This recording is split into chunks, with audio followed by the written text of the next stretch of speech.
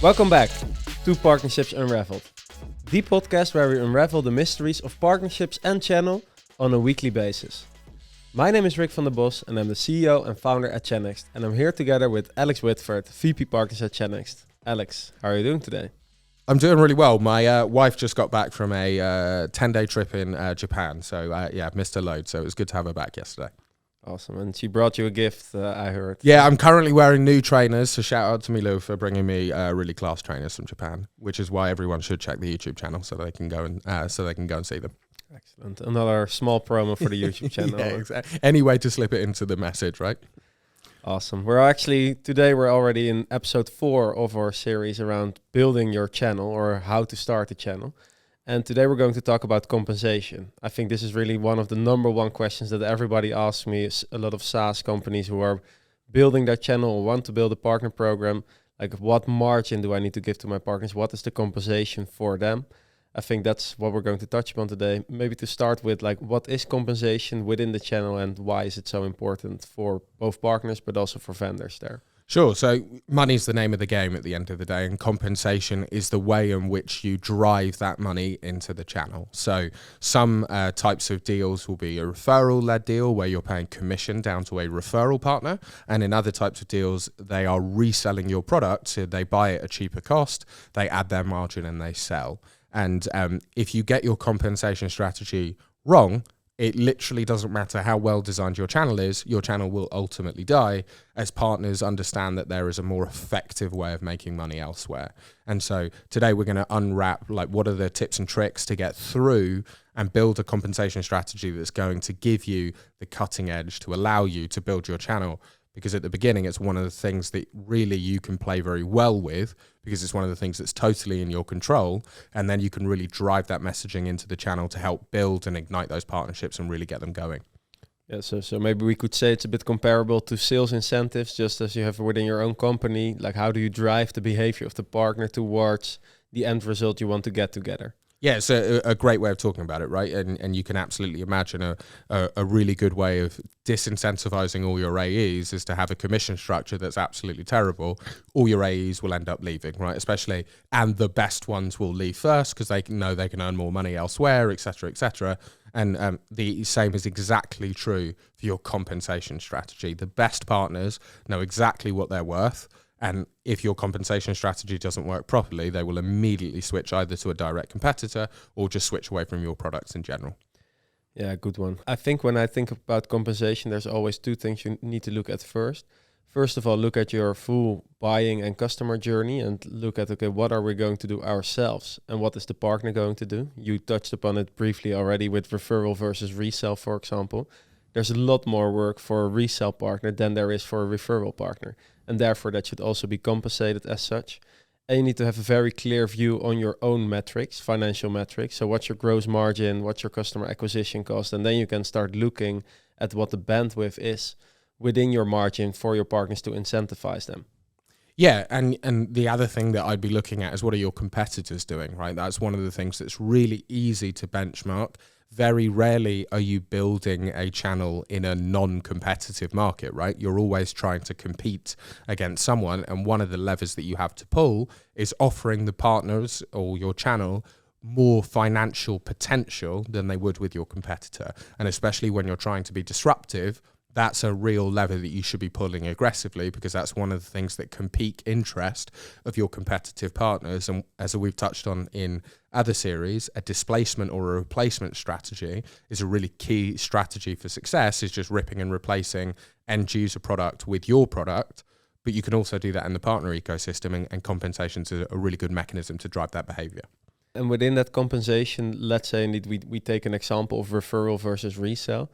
There, when you have a referral partner, then they are mainly responsible for bringing in the lead, for example. But then it also depends on, like, is it a co-sell motion where the partner needs to be along the full sales journey until the product is sold, or is it just give the lead and then your sales team does the rest? Or maybe indeed it's a resell model where the partner is responsible for everything, finding the customers, closing them, but also renewing them. And I think those are some interesting things to think about also with your margin. It's not just what percentage are you giving, but for how long are you giving that? And And also with renewals, for example, like what's the right amount of percentage we need to give to incentivize that behavior? Yeah, exactly. The thing that you're dancing around is how easy is it to sell versus how much money am I going to make, right? Partners are constantly analyzing that tool. The more complicated it is to sell, the more effort that the partner has to put into selling, the more money they need to make back, right? Because once that is out of sync, suddenly they're just going to lose interest. Whereas what you want, and it can be the other way, right? If it's really easy to sell and the partner's making a load of money, okay, well, that's awesome, right? You're obviously going to get a huge tailwind and driving force, and that might be something you want to do for a period of time to capture a market. But ultimately, you're missing potential and you want to wind that back, right? So getting the balance between effort and reward is critical for keeping your partners engaged. Yeah, could you give some examples there of easy to sell versus the money you can make indeed, like both on an example of what is easy to sell and how much money should you make them, but also what are the more complex and Sure. So a really key example would be, say, in the IT hardware space. If you're selling mice and keyboard and you're tied to a really strong brand, well, it's a very high revenue, low margin product, right? Because there's loads of people, it's a very short buying cycle, sometimes even just simply bought online, right? Versus, I don't know, a fully integrated, designed product that needs a specific architecture per end user, installation, continuous management and support. You can understand those two buying cycles are very, very different. Those two maintenance cycles are very, very different. The renewal cycle is very, very different. And therefore the margin I would expect to be in the low single digits for one, and I'd expect to be making 40, 50% margin on the actual solution, plus 100% margin on the services for the installation and maintenance and everything else. And so there you've got two wildly different sales cycles. And if you ask partners, which do you prefer? Sort of depends on the partner, right? If you've got thousands of end users that you're servicing versus we only have 20 end users, right? The 20 end users, they're going to want high margin, high complexity. And the broad line partners who service thousands of end users, they don't mind high revenue, low margin because they've got the economies of scale to make that work. And then the businesses that do it best blend those two together, right? And they're really the gems of partners who've managed to blend high revenue to capture loads of end users, but then high margin to drive huge value into some of those end users. Yeah, I think indeed, if I listen to that, it's crucial to make sure that you really look at the big picture. Because if you have a product that has a lot of end user pool and therefore brings that partner a lot of demand where they can tie the rest of their products with higher margins or their services, etc. on top of it, then probably you don't have to give away that much margin because they want to work with you because it drives their revenue and it brings in demand. And indeed the other way around, if you have a product where there's a lot of work for the partner and it always needs to be sold into the organization of the end user, then probably you need a lot more margin to make sure that you drive that behavior with the partner. Yeah, 100%. I think a really good example of this is Microsoft Office 365, right? Brilliant solution, loads of end user demand, hundreds of thousands of resellers selling that product. Clearly the margin on that is not significant. However, what Microsoft will tell you is I think the ratio is about 11 to 1. So for every dollar spent on Microsoft, you can sell 11 more dollars in periphery products, solution and services to really wrap around that. So partners love selling Microsoft, as they should, because the opportunity is wider than simply the Office 365 licensing. That's the door opener to start monetizing that end user at a far greater level. And that's what you want to be building in terms of your compensation strategy. You need to look much wider than your own product. And frankly, Microsoft would be missing a trick if partners were making 70% margin on their Office 365 licensing. That would be a crazy move. Microsoft would be making a lot less money, but partners enjoy that balance because they know they can still monetize that solution incredibly effectively. Yeah, indeed, there you get the attach sale. They come in with one product, but then they can bring their full service and product suite among it to the end user. Yeah, and the really key thing there, it's a door opener, right? There's an attachment sale which is high revenue, but it's not the leading product. So we've just talked about mice and keyboards, right? Typically, that's not going to be hey, we managed to break into a customer because we sell mice and keyboards. So that's easy to sell, but it's not a door opener, meaning it's less valuable than Microsoft licensing, which is easy to sell, but is a fundamental reason why if you're a Microsoft MSP, someone would buy from you, and then you can wrap everything around it, right? So there's balance there, but having a really key understanding of your end users, of the partner process. What does the partner need to do? And then balancing the complexity of sale versus the opportunity. How easy is it to sell versus how much money am I going to make? If you get that balance really right, then you're going to be ultimately very successful. Yeah, 100%. And I think what you start with is not what you have to end with, right? In terms of margin. I think it's crucial there. In the second episode, we went into channel strategy, which needs to be highly aligned with your company strategy. Like if you're, for example, venture-backed and you need to generate a lot of revenue in a very short amount of time, probably you want to go way more aggressive with your margin than when you're bootstrapped and you want to like grow your channel step by step. And I think that's where you have to start as well. Look at your own business model. Looking at like what are our company objectives, and within that, what, for example, may our customer acquisition cost be? If that's approximately 40% of your revenue when you do it direct, then you could consider, if you want to go super aggressive, like how close can we get it to that level if the partner really has to do everything? So for example, in the resell model, and obviously you need to take into account that you have your channel account managers, etc. But that, I think that's how you can look at it, like how aggressive can and do we want to go? Yeah, 100%. I think Spotify has never been profitable, right? I think that's one of like the classic examples where VC-backed companies are scaling as aggressively as possible to capture a market. And we see that happening within the channel. What's really important is you understand what phase you're in. So I think in the last episode, we talked about evolution, but not change. So you don't want to be walking your strategy back, but you are absolutely right. For a 2-year increment where you want to really dominate the space, you may choose to incentivize partners to capture the key partners in the market. And then over time, once you're starting to hit saturation, you can wind that back and start to drive up your profitability. So don't think it's impossible. I would really stress you don't want to do it too many times, because that can cause a bit of chaos in the channel. But absolutely, to have a first 2-year plan versus a 2 to 5 year plan versus a 5 to 10 year plan, yes, your compensation strategy should look very different across those timelines.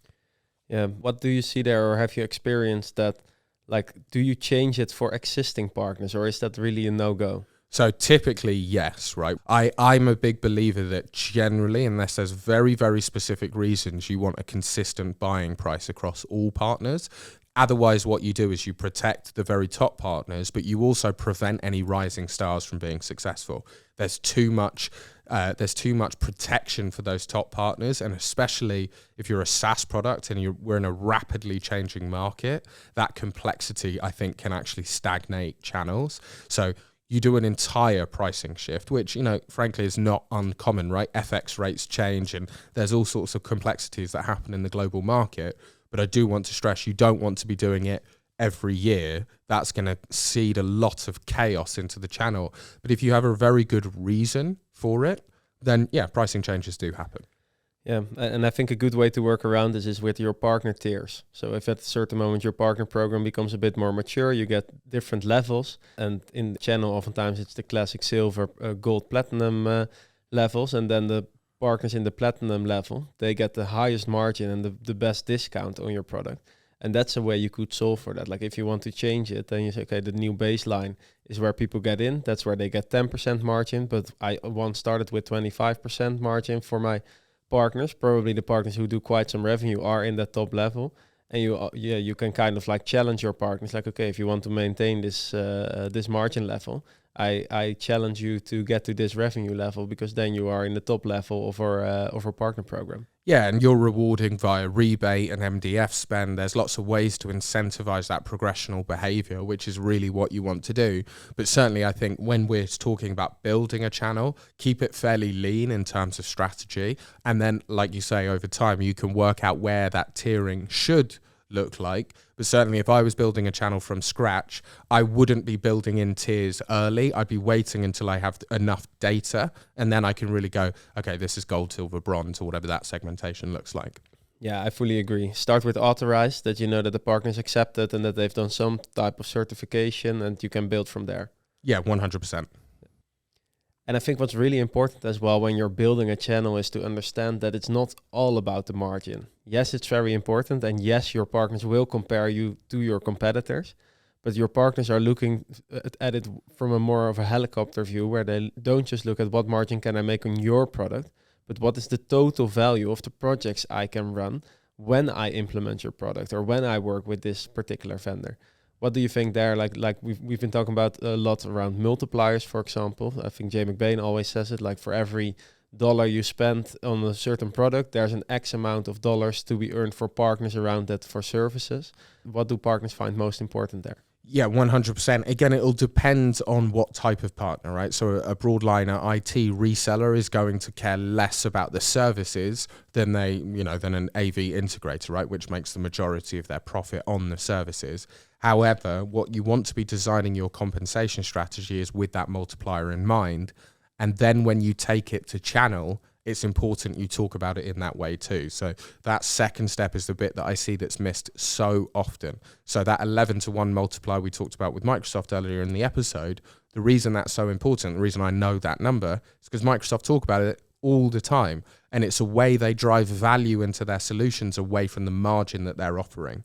Why that's so important is if you just hope that the partner will understand that rather than tell them, you're going to look like an inferior product or an inferior compensation strategy when actually you might be brilliant, right? You might go, yes, you only make 15% on this, but it takes architecture, design, implementation, consistent management, and renewal, and all of that's 100% margin, and that might be 40% of the total product or the total solution, and suddenly it's not a 15% margin, it's actually a 60% margin solution, but you've got to wrap all of those services in. If you don't take partners through that extra services margin and what they should be charging to end users, they will only evaluate your product on what you tell them. So when you're designing your compensation strategy, ensure you are analyzing the full stack and don't just think about yourself, because actually you're going to sell yourself short in that area.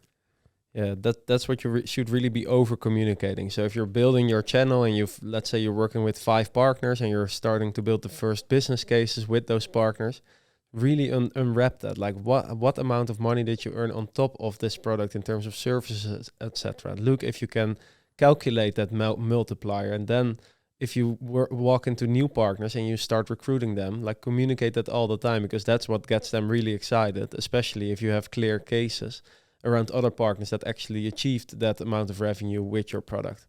Yeah, and share the wins, right? I really love that idea of over communicating. If partner X has done this thing and they've sold this service and they've actually thought of a way that they can monetize it even better, share that with the rest of the channel so that we're really building an ecosystem and a community that's trying to deliver 2 things: the best solution to the end user and high profitability to the channel. If you've got those 2 things working in cadence together, then you're going to be highly successful. But it's so important that CAMs are thinking far wider than how did we close this deal? How can I sell more product? And it's no, how can we drive monetization into the channel? Because as we said, how hard is it to sell versus how much money I'm going to make? If we can artificially drive up how much money the partner's going to make by increasing the services opportunity without you even doing anything, you've got more of the attention of the partner, meaning they're more likely to sell more of your products.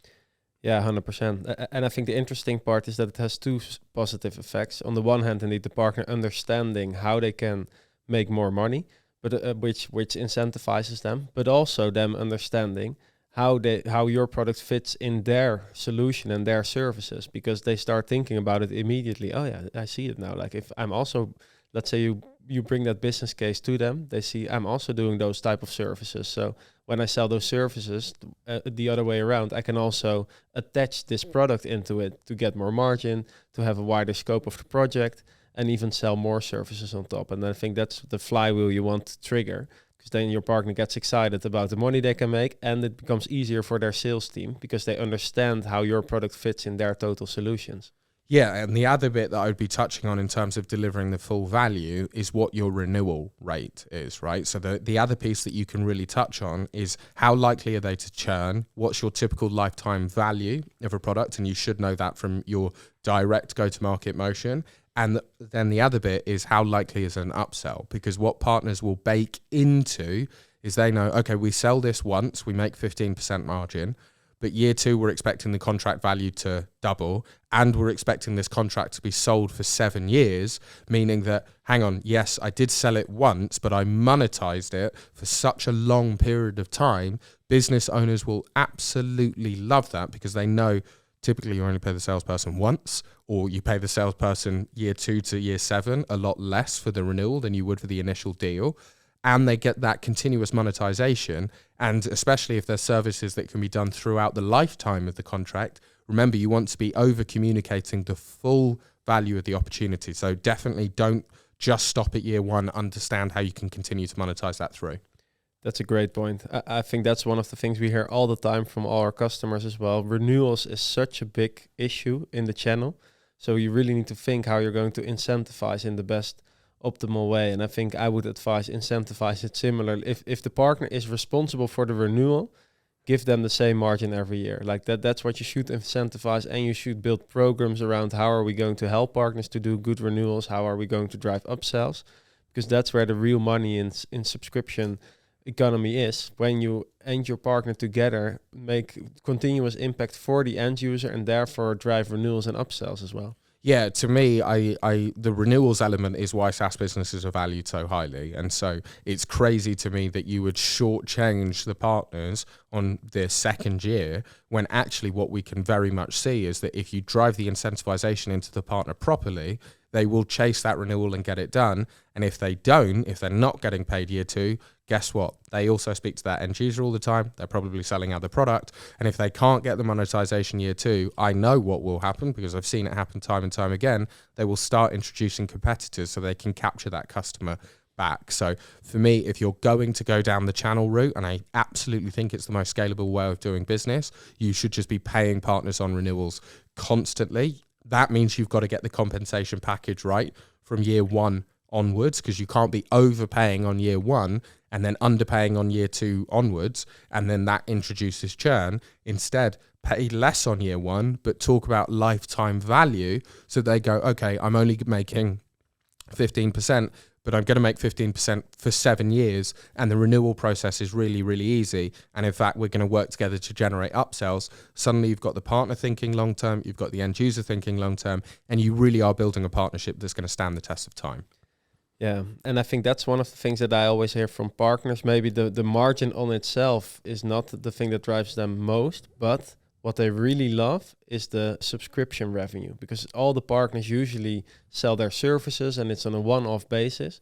But now they also start to build like that more predictable model where they get more and more of that revenue. And that's indeed, that all comes together in your renewal strategy. Because if you don't get that right, then it's just a one-off sale for the partner, because the product was sold once, but the year after they need to sell it again, or they need to sell a different solution they need to sell a different product as such. Yeah, to me, like, hardware sales, it's a very unscalable way of doing business, because you do a great deal and you've got to start again and do another great deal, and you've got to start again and do another great deal, and it never ends, right? Whereas in the renewables world, okay, I sold a deal and maybe I sold a shed load of services, which is amazing because I've made a really lumpy deal, but 10% of that value just continues. And it means if I do that every month, I get that rule of 72. And suddenly, if I sell 1K a month after the end of the year and it renews every month, after the end of the year, I've actually sold 72,000. Do that year over year over year. You've got this book of business that's just massively helping the profitability. And I've even spoken to AV cloud partners who they know they can sell no more deals and they can keep all the lights on for the entire year, because their SaaS margin is just keeping the entire business running. That allows them to be hyper aggressive in the market. If you're speaking to business leaders about that type of profitability, they're going to be so bought into your solution. So you want to be communicating the entire strategy, not just your element. 100%.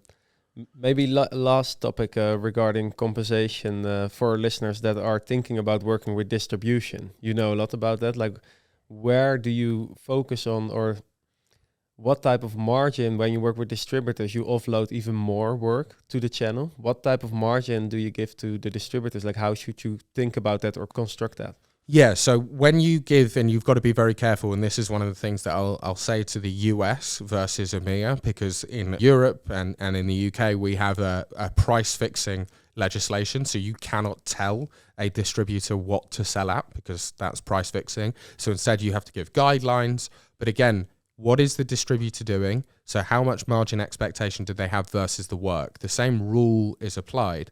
If you have hired a very specialist distributor. They are recruiting, training all the partners. They're doing the installation on behalf of the partners. They're doing a lot of work. Their expectation is going to be higher because they are assuming some of the complexity from the partner, right? And so that is a very different strategy to, hey, we're going to give the distributor 10 funded heads. Those funded heads are going to do all the work. So we're actually just hiring a sales team within the distributor. They're going to recruit all the partners. Then we've got loads of CAMs to go and sort all the work out. Well, then my negotiation with the distributor is, hey, your margin expectation should be less because realistically, you're not doing the brunt of the work. So that same calculation that you need to be doing with the partner, you need to do with the distributor. And you've got to balance, are we getting the ROI out? And the other bit, speak to multiple distributors, really get a steer from them on what's the work that you're going to be doing, what's the value you're going to be providing, and what's your margin expectation.